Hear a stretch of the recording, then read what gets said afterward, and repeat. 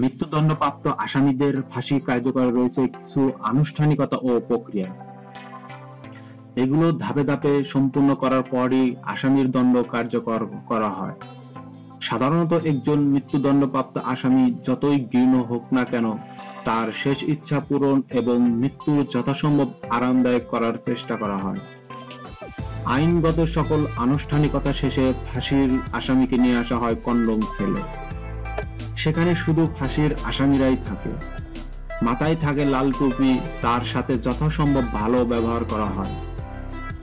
Condom সেলে আসামির আত্মীয় স্বজনদের সাথে দেখা করানো হয়। তবে কখন ফাঁসি কার্যকর হবে তা আসামি এবং আত্মীয় স্বজন কাউকে বুঝতে দেওয়া হয় না।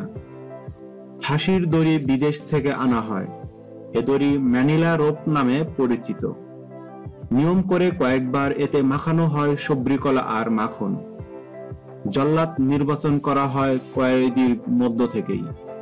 প্রতিটি ফাঁসি কার্যকরের জন্য ওই কয়েদি 2 মাস করে সাজা পান। কোন রকম অপ্রীতিকর ঘটনা এড়াতে আসামির সম ওজনের বালির বস্তা দিয়ে কয়েকবার ফাঁসির ট্রায়াল দেওয়া হয়। ফাঁসি কার্যকরের কয়েক ঘন্টা আগে আসামিকে গোসল ও ইচ্ছা অনুযায়ী খাবার দেওয়া হয়। তারপর ধর্মীয় আচার মোতাবেক ক্ষমা চাওয়ানো হয়। কন্ডম সেলে এসব আচার পালনের পরে আসামি বুঝতে পারেন আজ তার জীবনের শেষ রাত।